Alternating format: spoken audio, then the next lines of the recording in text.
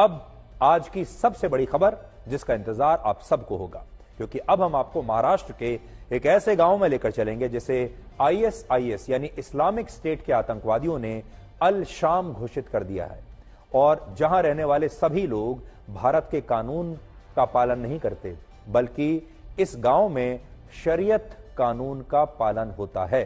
और आईएसआईएस के लिए भारत का यह गांव एक लिबरेटेड जोन था, यानी एक आजाद क्षेत्र था। लिबरेटेड जोन का मतलब उस क्षेत्र से है जो भारत से आजाद होकर इस्लामिक स्टेट का हिस्सा बन गया है, और जिसे कट्टरपंथी अल शाम यानी ग्रेटर सीरिया का एक आजाद क्षेत्र मानते थे। ये जो जगह आप देख रहे हैं, आपको लगेगा तो ऐसा ही कि भारत का कोई हिस्सा है, भारत का कोई महाराष्ट्र का एक कोई छोटा गांव है, लेकिन असल में ये आतंकवादी इसे ग्रेटर सीरिया का आजाद क्षेत्र मानते थे। सोचिए कितनी खतरनाक बात है कि भारत के एक गांव को इस्लामिक स्टेट ने सीरिया घोषित करके वहां पर शरीयत कानून को लागू करवा दिया, लेकिन इस देश के लोगों को, सरकार को, एजेंसीज को इसकी भनक तक नहीं लगी।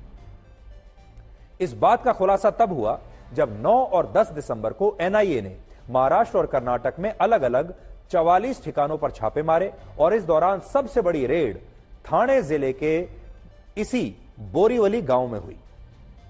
यह गांव पड़घा नाम के एक क्षेत्र में आता है, जहां से एनआईए ने इस्लामिक स्टेट से जुड़े कुल 15 संदिग्धों को गिरफ्तार किया। लेकिन अब यह पता चला कि ये सारे आतंकवादी इस्लामिक स्टेट के महाराष्ट्र मॉड्यूल से जुड़े हुए थे, और इन आतंकवादियों ने ठाणे जिले के इस गांव को आजाद क्षेत्र घोषित करके वहां शरीयत कानून को लागू कर दिया था। और इस गांव में आईएसआईएस के लिए बड़े पैमाने पर युवाओं की भर्ती की जा रही थी। सोचिए, भारत देश में आईएसआईएस के लिए भर्ती चल रही है, भारत देश में आईएसआईएस के आतंकवादियों ने पूरे गांव पर कब्जा कर रखा है, उस पर भारत का संविधान नहीं चलता, भारत की पुलिस नहीं जा सकती, भारत का मीडिया नहीं जा सकता, और वहां शरीयत कानून चलता है।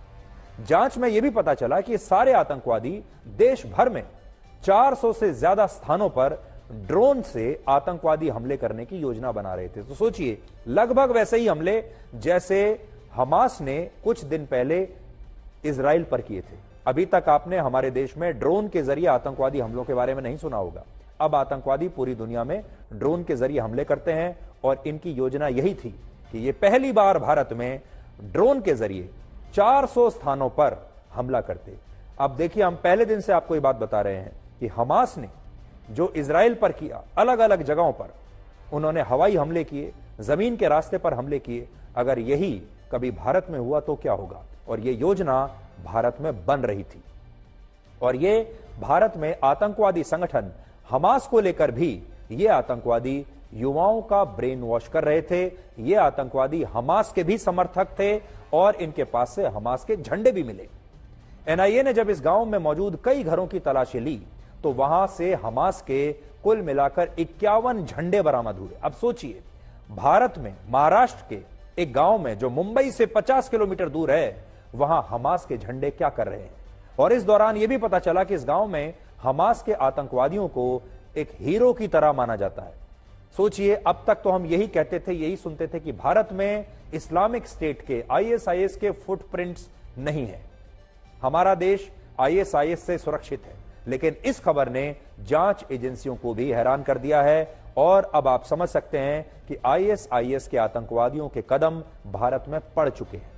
एनआईए के मुताबिक आईएसआईएस के इस महाराष्ट्र मॉड्यूल का मास्टरमाइंड वही साकिब नाचन है, जिसे वर्ष 2002 और 3 में मुंबई में हुए बम धमाकों के लिए 10 साल जेल की सजा हुई थी, और जो एक जमाने में आतंकवादी संगठन सिमी का सचिव रह चुका है। सोचिए, ये सिमी का सचिव था और एक बड़ा आतंकवादी है, और वर्ष 2017 में ही ये जेल की सजा काटकर बाहर आया था। इससे आपको क्या पता चलता है कि ये जो लोग हैं, इस प्रकार के, ये साकिब नाचन जैसे जो लोग हैं, ये लोग, इन्हें कितने भी वर्ष तक आप जेल में रख लीजिए, ये कभी सुधरेंगे नहीं।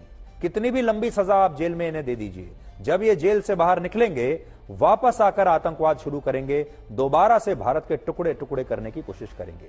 आपको जानकर हैरानी होगी कि इस आतंकवादी ने आईएसआईएस को खुश करने के लिए पहले महाराष्ट्र के पूरे गांव को ग्रेटर सीरिया का आजाद क्षेत्र घोषित किया, और इसके बाद यह देश भर से एक खास धर्म के युवाओं को इस गांव में आकर रहने के लिए उनका ब्रेन वॉश करता था कि आप यहां आ जाइए, और युवाओं से कहता था कि अगर ये युवा भारत के कानून की बजाय शरीयत कानून की छत्र छाया में जीना चाहते हैं तो उन्हें इस गांव में आकर रहना चाहिए, क्योंकि ये गांव अब भारत की नहीं बल्कि इस्लामिक स्टेट का हिस्सा है।